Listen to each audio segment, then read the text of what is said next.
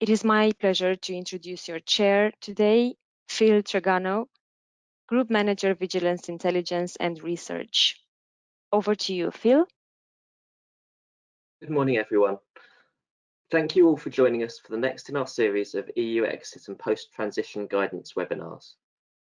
Today's aim is to provide guidance for marketing authorisation holders on changes to pharmacovigilance systems, submissions and procedures in the United Kingdom from the 1st of January 2021. If we move on to the next slide, this webinar will run for around 90 minutes and presenters will update you on approved guidance that is current as of today. We will address questions after we have presented on the guidance and have grouped your pre-submitted questions, which will be answered first in the Q&A session. We will then address questions submitted today, again in an aggregated way. If you identify additional questions after the webinar, we recommend getting in touch with our customer services team using the details on this slide or addressing through your trade association. The webinar is being recorded and a link will be sent to delegates once available. If we move on to the agenda, today we intend to summarise the legislative framework for pharmacovigilance that will exist in the UK following the end of transitional arrangements before providing more detail in specific areas. It's important to bear in mind that the information we present during the webinar is based on the new statutory instrument which has been drafted and is subject to parliamentary approval. The programme will cover three areas in more detail. Firstly, the qualified person for pharmacovigilance, national contact points and the pharmacovigilance system master file. Secondly, requirements for ICSR submissions, associated systems and signal detection. And thirdly, pharmacovigilance procedures, including risk management plans, periodic safety update reports, major safety reviews and safety variations. Following these presentations, we will move to a questions and answers session. We know that we may not be able to cover all of your questions in the time available, but we'll be considering how we can provide responses either by reflection in further guidance or through industry associations. With those introductions complete, I'm pleased to hand over to our first speaker today, Kiernan Trevitt, Expert Inspector in our Inspection Enforcement and Standards Division. Kiernan, over to you. Thank you very much, Phil, and good morning or good afternoon to everyone, depending on where you're joining us from today. So as Phil mentioned, I'm going to be focusing on pharmacovigilance systems this morning, but I did want to take the opportunity just to provide some background and context to today's webinar that I think that you'll find useful before we get into the more technical content. So firstly, when the UK left the EU in January of this year, we did so under the terms of the EU withdrawal agreement. And that created a transition period, which meant that EU legislation continues to apply to the UK during this period. And the transition period will end on the 31st of December this year. So from the 1st of January 2021, the MHRA will continue to be the standalone medicines and medical devices regulator for the UK.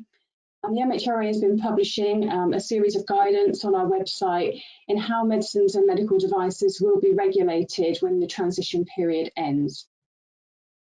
So as part of the EU withdrawal agreement, the Northern Ireland Protocol was created, and this was designed as a practical solution to avoid a hard border on the island of Ireland and to allow the whole of the UK to leave the EU. Now, under the Northern Ireland Protocol, there are some facts that we need to all become familiar with.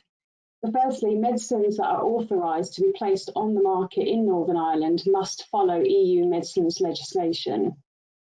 And this means that the MHRA will act in the capacity of an EU national competent authority in respect of Northern Ireland. Now, there is the concept of unfettered access to the Great British market for Northern Irish qualifying businesses, and more guidance on these specific aspects will be published very shortly. Now, Great Britain, so England, Wales and Scotland, will be regulated as a sovereign territory under our national law. So from the 1st of January, our legal framework has been heavily based on the EU medicines legislation framework, and that's really to assist in a transition for industry.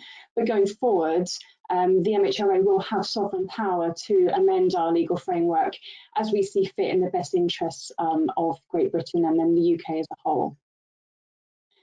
And it's important to understand that new IT systems and portals have been created to allow for the exchange of information with our stakeholders. And throughout this webinar, we'll be making reference to some of those new systems that you will need to become registered with and familiar with in order for you to comply with your pharmacovigilance obligations from the 1st of January. So this slide is really to present to you how we see the UK licensing regime changing in order to implement the Northern Ireland Protocol.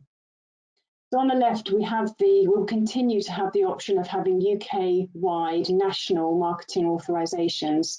And in fact, this is the preferred options for applicants to follow. So these marketing authorisations will cover the whole of the UK, Northern Ireland and Great Britain. But there will be scenarios where we foresee the need to have the option to grant a licence that authorises sale or supply of a medicine in a particular region of the UK. So for example, in Northern Ireland, it will be possible for an applicant to apply for a licence through the decentralised or mutual recognition procedure with Northern Ireland as a concerned member state. So in that particular scenario, the MHRA, if the application is successful, would grant a licence that authorises sale or supply of that medicine in Northern Ireland only. There's also going to be the option for an applicant to apply for a Northern Ireland only licence directly to the MHRA. But as I said, MHs are strongly encouraged to go down the UK-wide route when applying for a national marketing authorisation. Similarly, there will be the option to have a licence that authorises sale or supply of the medicine in Great Britain only. A good example of this is for the existing centrally authorised products. From the 1st of January, these will be grandfathered to GB only licences. And it's important to understand that centralised products will continue to have ongoing validity in Northern Ireland from the 1st of January. So we would be seeking to grandfather those to Great Britain licences to obviously fill the gap for the rest of the UK. And there are other options here on the slide that you can see, and more guidance will be published by our licensing division very shortly. There's also a webinar next week specifically on different routes for marketing authorisations. So I would encourage you not to submit any questions around this today because the team here is not best placed to answer those, but there will be further guidance coming. So I'm going to move on now to the pharmacovigilance aspects, which is what everybody is here for today. So I'll start with the qualified person for pharmacovigilance. So firstly, I'd like to outline the legal basis for the QPPV in the UK. So for both products in respect of Northern Ireland, and by that I mean both the NI only and the UK-wide marketing authorisations, as well as for products in respect of Great Britain only, the legal basis for having a qualified person for pharmacovigilance will be found in the Human Medicines Regulations in Regulation 182. And what that's going to say is that from the 1st of January, an MAH must have a QPPV that's responsible for the PV system that's applied to UK authorised products. And hereafter, we'll call that person the UK QPPV. And that individual must reside and operate in the EU or the UK. It's important to note here that this legal requirement applies to all UK national marketing authorisations. It does not apply to centrally authorised products. So for CAPS, the QPPV must reside and operate in the EU under EU law. But in the UK, for all UK national authorisations, the QPPV can reside and operate in the EU or the UK. So that's the overarching legal requirement.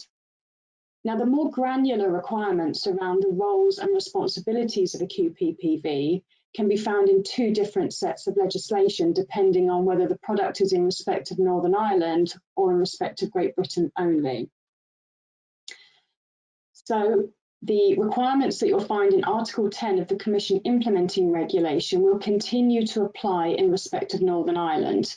And that's because EU regulations apply directly in EU member states. They don't need any further transposition into national law. And this will continue to be the case for Northern Ireland from the 1st of January. Therefore, all of the legal requirements outlined in the Commission Implementing Regulation will continue to apply in Northern Ireland.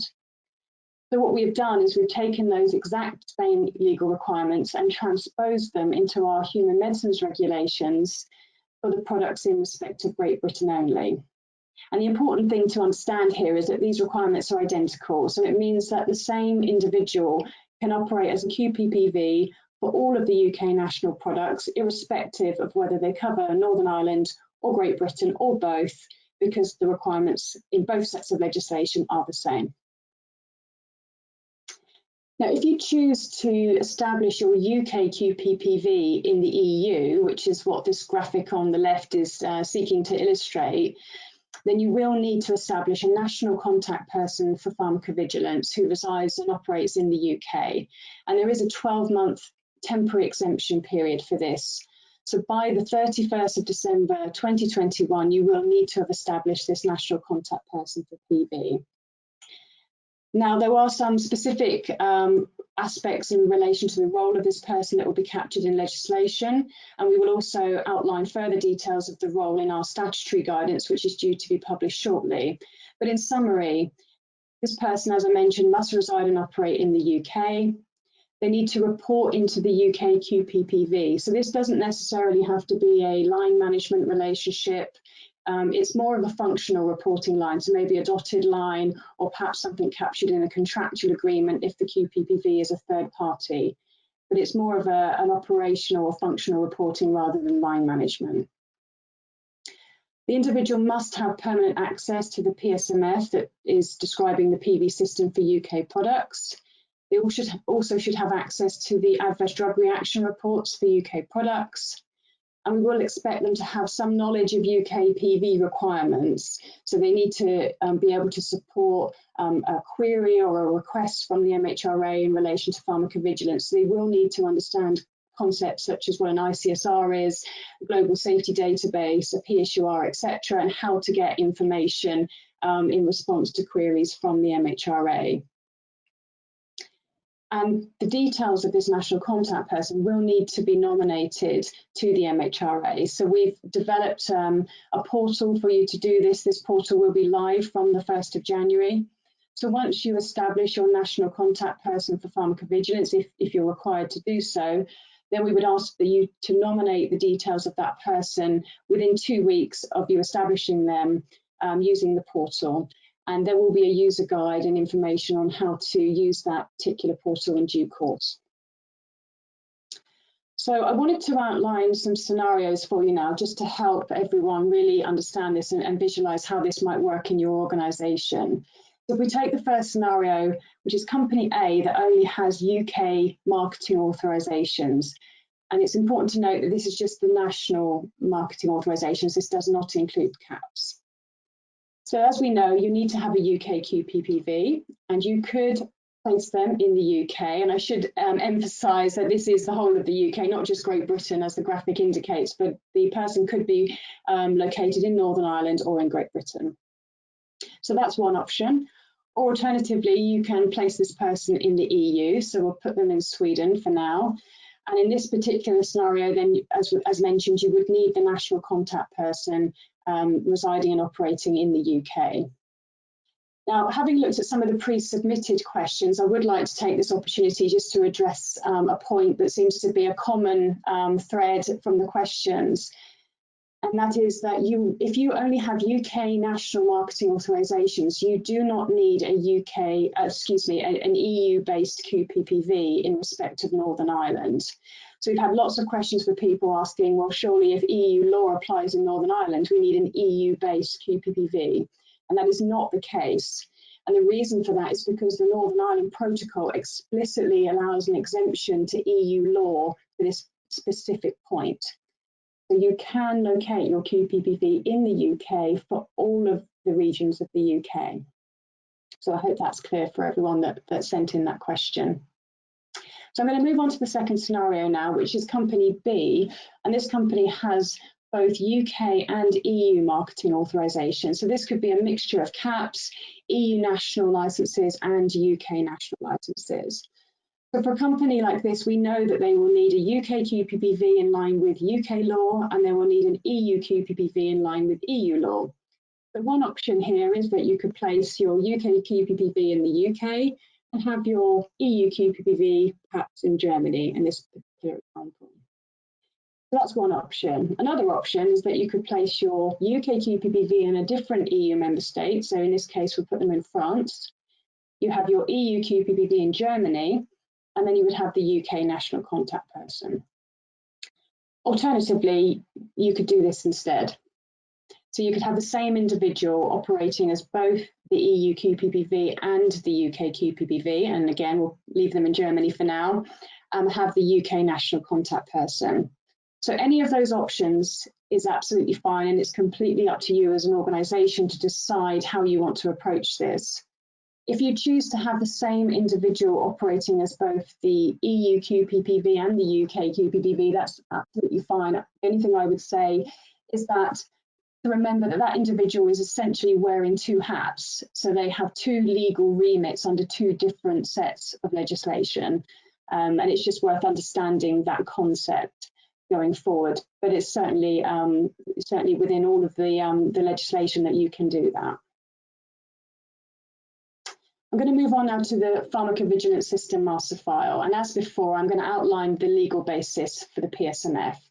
So in a very similar way to the QPPV, the overarching legal requirement that for you to have a PSMF that describes the PV system applied to UK authorised products will be found in the Human Medicines Regulation, again in Regulation 182.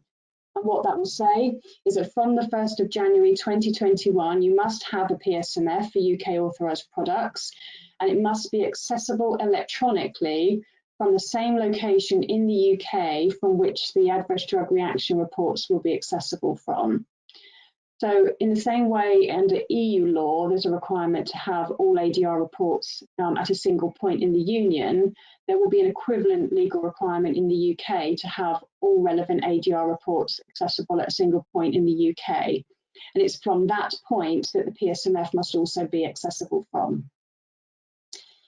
Now, in terms of those more granular requirements around the format and the content of a PSMF, again, those can be found in the two different sets of legislation.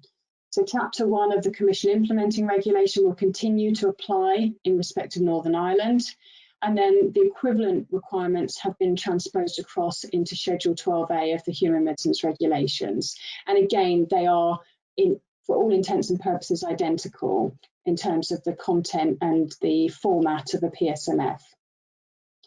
Now, we've had a lot of questions in from companies that have both EU and UK authorised products and therefore need to maintain both an EU and a UK PSMF going forward. So a lot of the questions have been around how can we do this practically, what are the requirements, where is the overlap? So this next slide seeks to outline what we envisage really to be appropriate or to be compliant going forward. So it is our interpretation that the same PSMF main body could be used to fulfil both EU and UK requirements going forward. And that's because the requirements, as I said, are identical between the two sets of legislation. You would then need to have a set of PSMF annexes that cover your EU authorised products and the products that are in respect of Northern Ireland. And those should be maintained and prepared in accordance with the Commission Implementing Regulation. So that's the NI only and the UK-wide products. So it sounds perhaps a little strange, but those would actually sit in the annexes with your EU authorised products because they all sit under the same legal framework. And then additionally, you would need a set of PSMF annexes that cover the products in respect of Great Britain only, and those annexes should comply with the requirements in Schedule 12A. But as I said, those requirements will be almost identical. So your existing processes for producing PSMF annexes should serve you well in producing this additional set for the GB only products, and that's if you have any GB only products.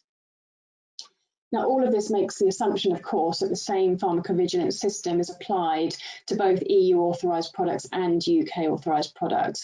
So I think it goes without saying that if you're operating different PV systems, you will, of course, need different PSMFs to describe those systems. I think that if you choose to have a different QPPV for the UK versus the EU, then, of course, your Module 1 of the main body will need to be different. So maybe the way to look at this is that you have a series of modules, and some of those can be used interchangeably between the UK PSMF and the EU PSMF. And where you have differences, you would maintain separate modules. So it's obviously up to companies to decide how they want to manage this practically within your own document management systems. And I'm sure as we move forward from the 1st of January, we'll all gain experience in how best to manage this. And perhaps we can, the inspectorate might be able to publish a blog in due course with some of our observations of good practice in this area. Now, in terms of registration of pharmacovigilance systems, we will require that every PV system for UK authorised products is registered with the MHRA from the 1st of January onwards. So to do this, you'll need to request a UK PSMF number from the MHRA Submissions portal. And it's a one-to-one relationship, so it's one number for each system that you're operating for UK authorised products. Now, you will be able to request a number from the 1st of January because the portal will be live and validated from that point, but you're encouraged not to do so until one of the following conditions is met. And that's because we don't want to be inundated on the 1st of January with everybody scrabbling to get a UK PSMF number that they don't strictly need straight away. So if you're applying for a new UK marketing authorisation from the 1st of January onwards, you will need to have a UK PSMF number to include in your application. So you will need to request it ready for that new application. Or when you are notifying us of a change in the details of the QPPV for UK authorised products from the 1st of January onwards. So the way that this will work is that on the 31st of December this year, we will take a full extract from the Article 57 database, and this will tell us all of the QPPVs that were responsible for UK authorised products on the 31st of December. Now, if you change that person at any point from the 1st of January onwards, then you will need to notify us. So if you don't change that person, then you don't need to take any immediate action, and we will assume that the same person is operating as the UK QPPV unless you tell us otherwise. So I will provide a bit more detail about this in a few slides' time, but that's really the principle of how we're going to manage the update of the pharmacovigilance system information from the 1st of January. So we'll start with the new applicants and provide a bit more detail about that. So from the 1st of January, when you submit an application for a new UK national marketing authorisation, as before, you'll need to include the summary of your pharmacovigilance system. And this must have the following 4 aspects within it. So it will need to have proof that you have an appropriately qualified person for pharmacovigilance, and we'll need the name, address and contact details of the UK QPPV. And as I've said before, that person can reside and operate in either the UK or the EU. You will need to provide us with the UK location from which the PSMF can be accessed. So we're not interested in the EU location that you would put in Article 57. It's the UK location from which the PSMF can be electronically accessed. And also you'll need to provide the UK PSMF number. I also wanted just to make the following point, that it's our current legal interpretation that for any products that are authorised for placing on the market in Northern Ireland, the medicinal product information will also need to be submitted to the Article 57 database in accordance with Regulation 726/2004. So this is something that unless you hear anything to the contrary from the EMA, you would need to continue to do this in order to comply with your legal obligations under that regulation. So that's our current understanding on that matter. So that's the new applications from the 1st of January. Now, for the existing holders of UK marketing authorisations, this is a bit more of a challenge because there's approximately 18,000 UK marketing authorisations in our licensing database currently. And the summary of pharmacovigilance system information for those authorisations is out of date because for the last few years, holders have been using the Article 57 database to maintain that information. And we have no guarantee at this time of what kind of access that we will have to Article 57 or whether we'll be able to use the information for our purposes. So we will need to ask you to provide us this information directly to the MHRA in order to maintain this PV system information going forward. So in order for you to do this, I'm afraid there is no alternative at this time other than to submit Type 1A variations that relate to the summary of pharmacovigilance systems to the MHRA. And these submissions would need to cover all of your UK licenses that sit under a unique pharmacovigilance system. Now, we're going to be publishing some guidance on this very shortly. And one of the things that will be outlined in the guidance is to say that when you submit the collections, they should contain no more than 25 PLs in a collection. And ideally, you should submit no more than 2 collections in a single package or in a single week. Now, having said that, it's acknowledged that for some companies with vast portfolios, this is going to present some issues. And so there will be instructions on the website for you to contact the MHRA to discuss a bespoke submission strategy to maintain your product portfolio. So there will be the ability to have an open discussion about how best to manage this if you have a very large portfolio. And as I mentioned, the timing of when you have to send these variations in is going to be hinged on the QPPV. So if you change your UK QPPV between the 1st of January 2021 and 30th of June 2022, that will be the trigger for you to start making these submissions. And I've tried to illustrate that on the next slide. So we'll start with the top swim lane for the UK national licenses. So from the 1st of January, if your UK QPPV is different from the person that was in the Article 57 database on the 31st of December or changes at any point thereafter, within 2 weeks of that change, you will need to start making these submissions to update your PV system information. So you'll need to send in the new details of the UK QPPV, the UK PSMF number and the UK PSMF location. If you envisage no changes to the UK QPPV up to June 2022, then that will become the ultimate deadline for you to make these submissions. So there's an 18-month window in which you can start to make these submissions. But as I said, if the QPPV does change, you will need to use that as the trigger point to start making those submissions. Now for CAPs, it's a bit different. So if we move down to the lower swim lane, the centrally authorised products, as I mentioned, those will be grandfathered over to GB marketing authorisations, unless the MAH opts out, of course. Now that will happen on the 1st of January, but you will have 1 year to submit what's called the initiating baseline sequence in ECTD format in order to complete that conversion. So what we're not going to ask you to expedite that process. You will have 1 year to do that. But what we would say is that at the point that you make that submission, if your QPPV is different from the person that was registered in Article 57 on the 31st of December, we will ask you to make a simultaneous submission with a Type 1 variation to inform us of the new details of that QPPV. So what the MHRA will do is they'll process the initiating sequence first, and then they'll immediately vary the information with the information that you've provided. So that's the way it will work. If the QPPV details have not changed in that time, then you obviously don't need to submit the variation at that point, but you will ultimately need to submit it by the 30th of June 2022. So I appreciate this probably feels a bit confusing, and there will be some more detailed guidance published very shortly, and you will have the opportunity, as I said, to contact the agency to discuss your particular circumstances and to agree the best way to manage your administrative information going forward. So there's a couple of polls now, so I'd ask Alex if she wouldn't mind launching the first poll for us. Thank you.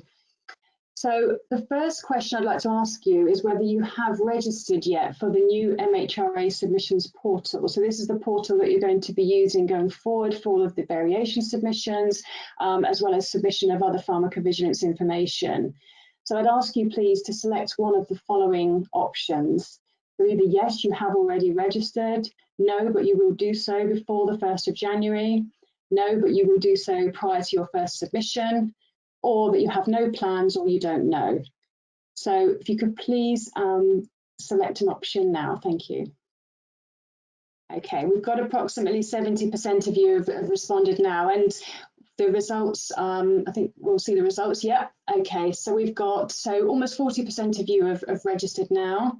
Approximately 20% have promised to do it before the 1st of January, and it is a promise, and a few of you don't know at this point. So I would encourage you to, you know, proceed with getting that sorted out if you haven't already. And there's going to be, at the end of this presentation or at the end of this webinar, there will be links for you and guidance on making sure that you know how to do this, and make sure that you get that done before the 1st of January.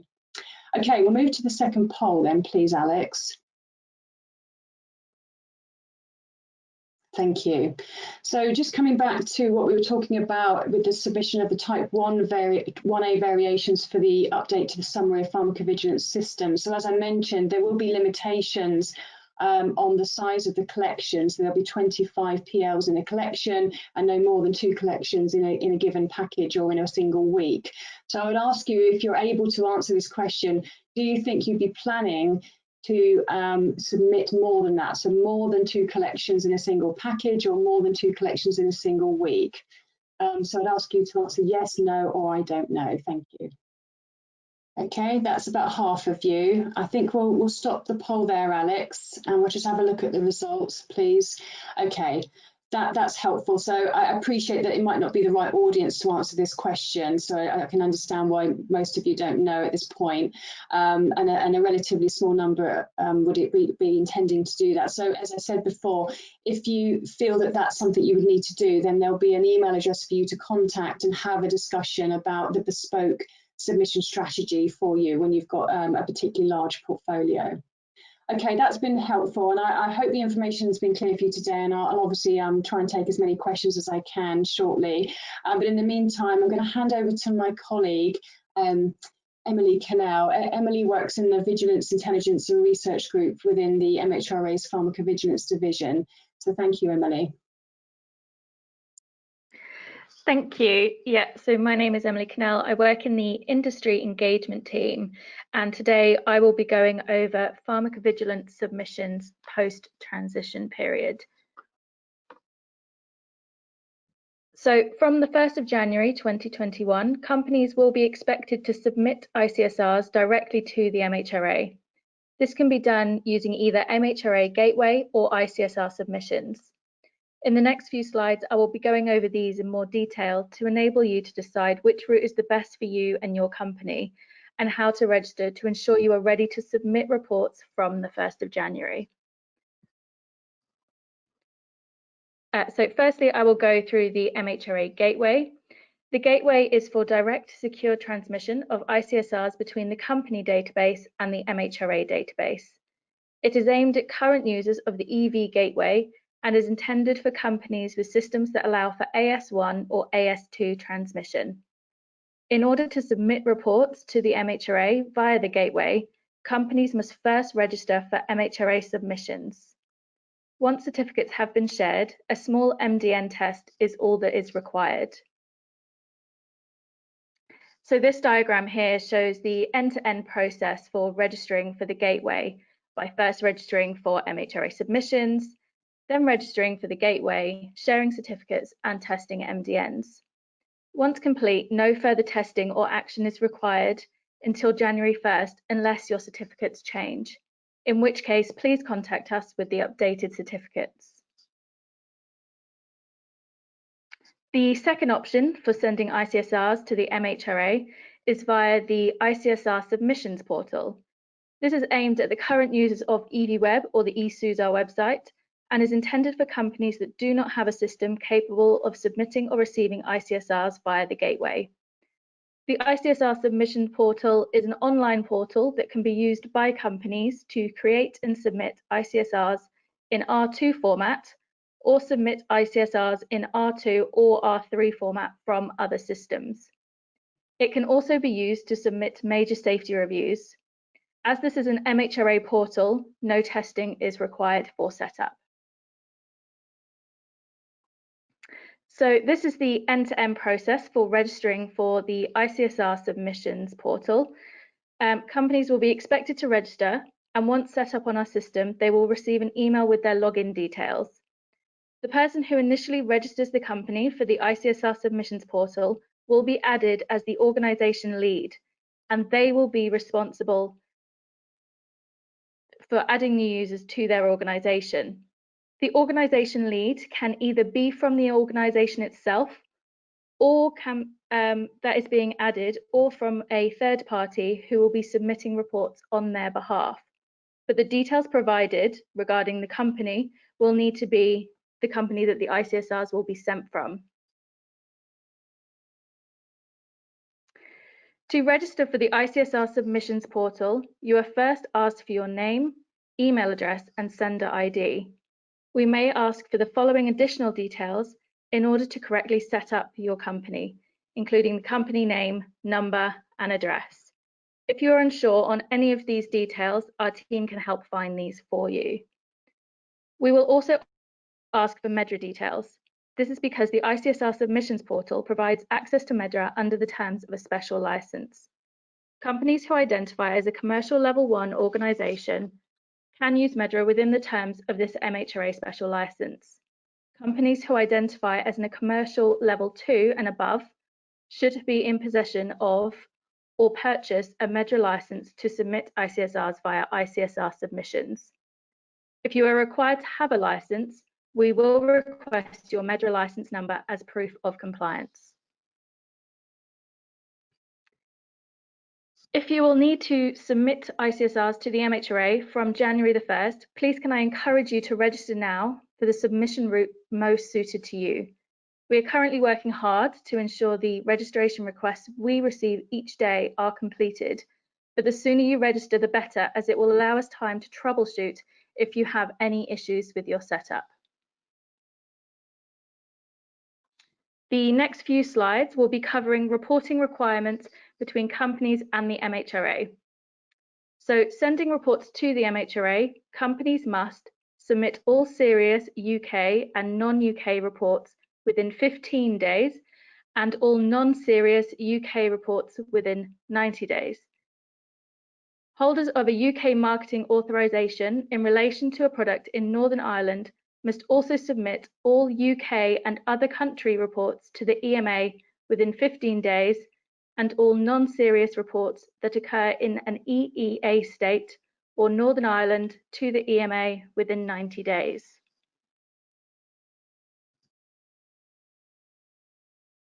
The EMA will be sending UK electronic ICSRs directly to companies for their products. If companies are registered via either Gateway or ICSR Submissions, they will receive their ICSRs from the MHRA in the same way. If registered for both systems, the electronic ICSRs from the MHRA to the company will automatically be routed via the Gateway.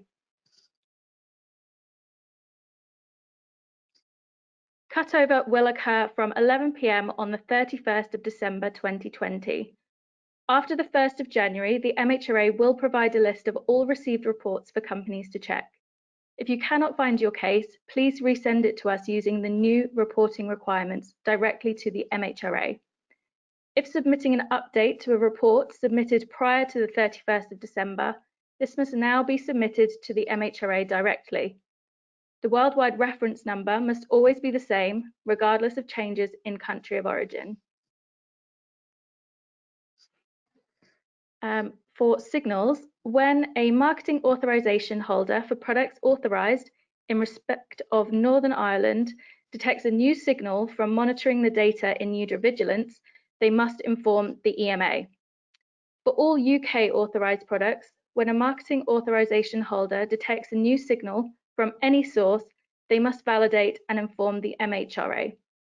Emerging safety issues should be notified to the EMA for products in respect of Northern Ireland and the MHRA for all UK authorised products as soon as possible and no later than 3 working days after establishing that a validated signal or a safety issue from any source meets the definition of an emerging safety issue.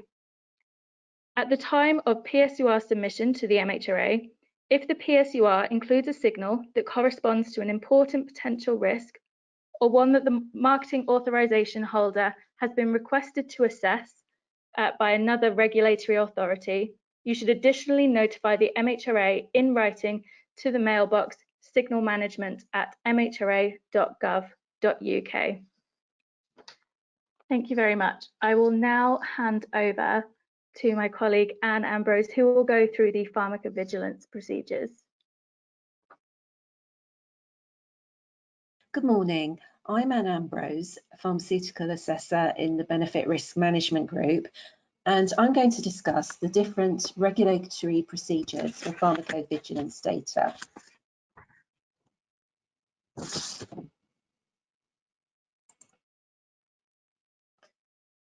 Firstly, to make any regulatory submissions to the MHRA after 31st of December, you will need to register for our new national portal.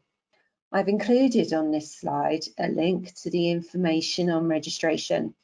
There are instructions, a user guide and instructional videos. You will be able to register multiple users from your company and consultants if you need to. So let's go on and talk about the various procedures. Risk management plans will still be required for all new MA applications, and you may need to update your risk management plan by variation. We will continue to accept EU versions of the RMP that follow the current version of good vigilance practices. If any specific UK information is required, this should be provided in a specific UK annex. When you're converting centrally authorised products to Great Britain authorisations, the current approved version of the RMP should be included in the ECTD initiating sequence. There is a separate webinar on converting CAPs, and there is also additional information on our website, so I will not be going into further detail here. Any updates to the risk management plans for approved products should continue to be submitted by the appropriate variation category, C111. We will be following the EU classification guidance on variations for the time being.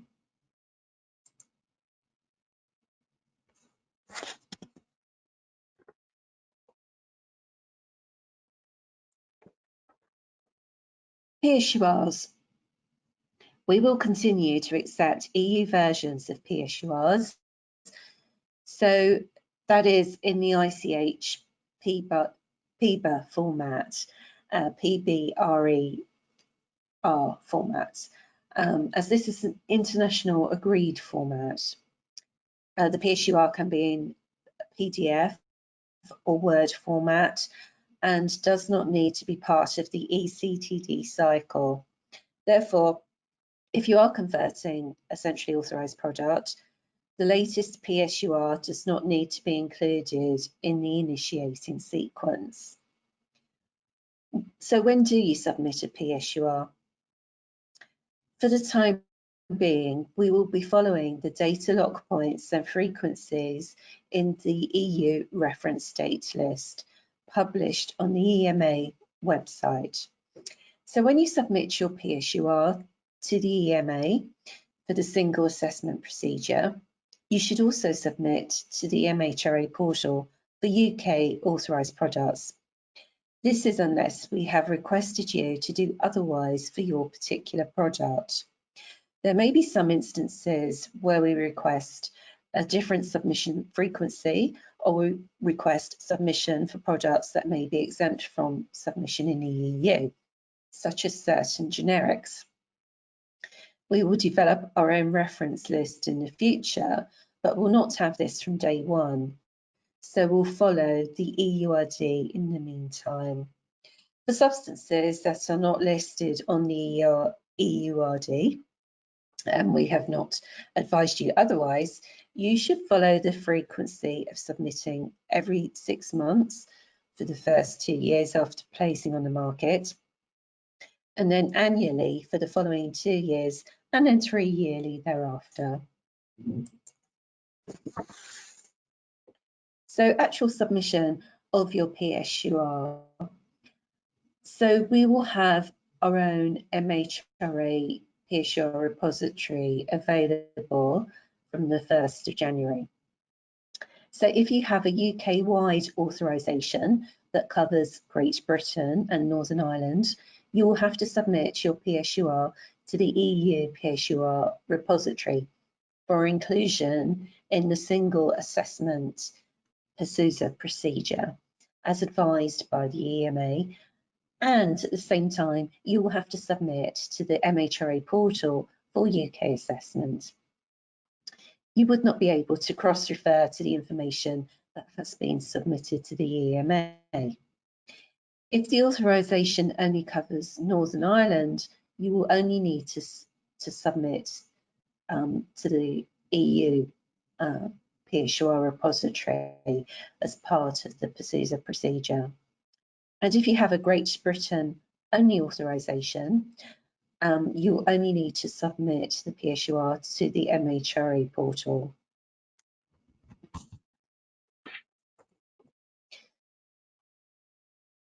The MHRA position on the PSUR will be published shortly after the EU publishes the outcome of the parallel single assessment procedure.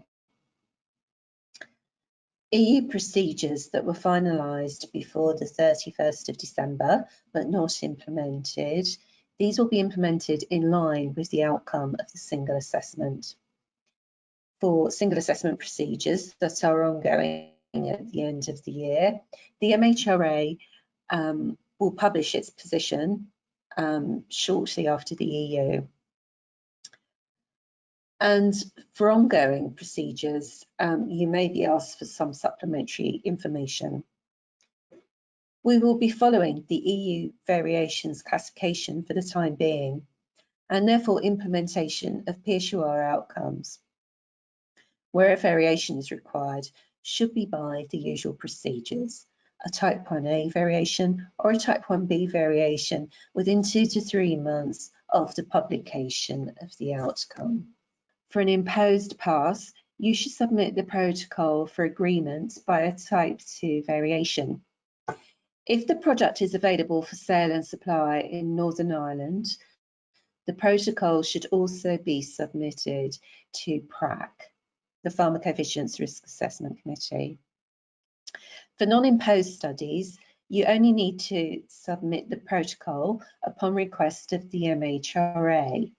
If the product is authorised in Northern Ireland, the protocol should be submitted upon the request of the MHRA and to the national competent authorities of the member states where the study will be conducted. Once the study is completed,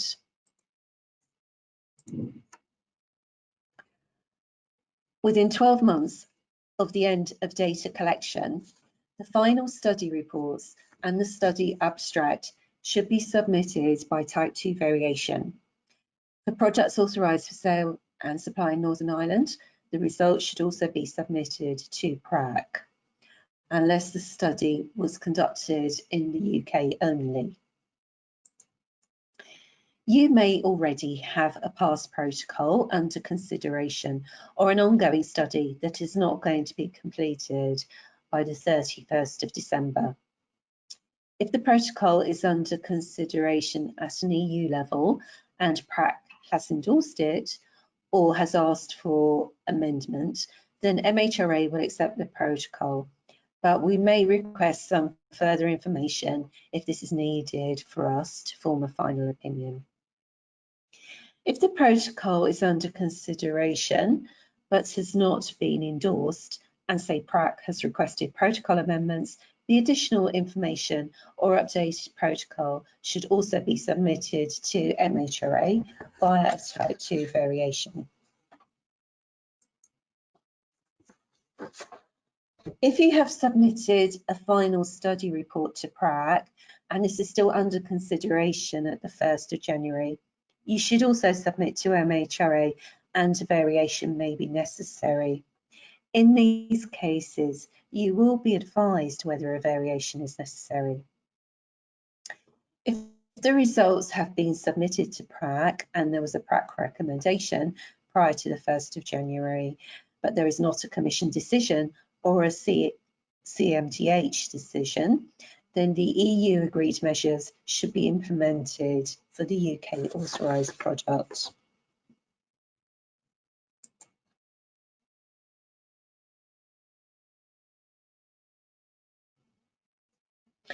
Safety referrals.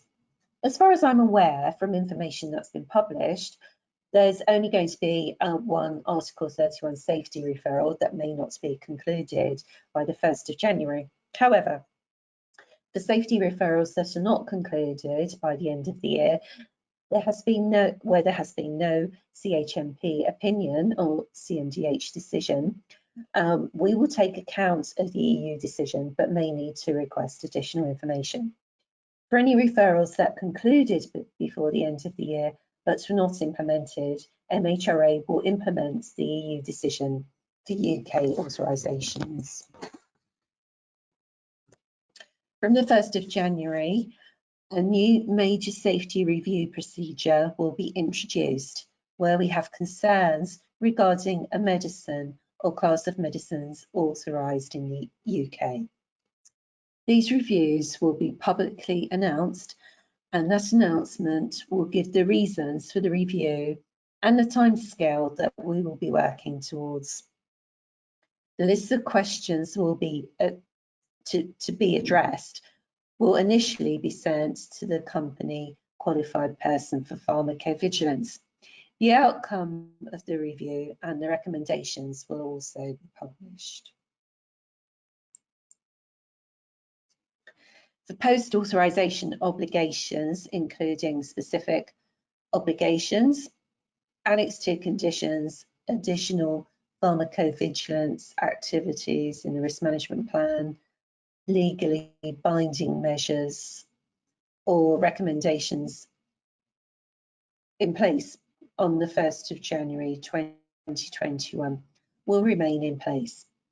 For converted EU marketing authorisations, we recommend that you use the current application forms for post-authorisation measures and submit the information to us as a post-authorisation commitment, following the same principles for submission as for variations in the CAPS conversion guidance. Where data relating to a post-authorisation measure has been submitted before the 1st of January, but the assessment has not been concluded, we will take account of the EU position. When converting EU marketing authorisations, a copy of the application should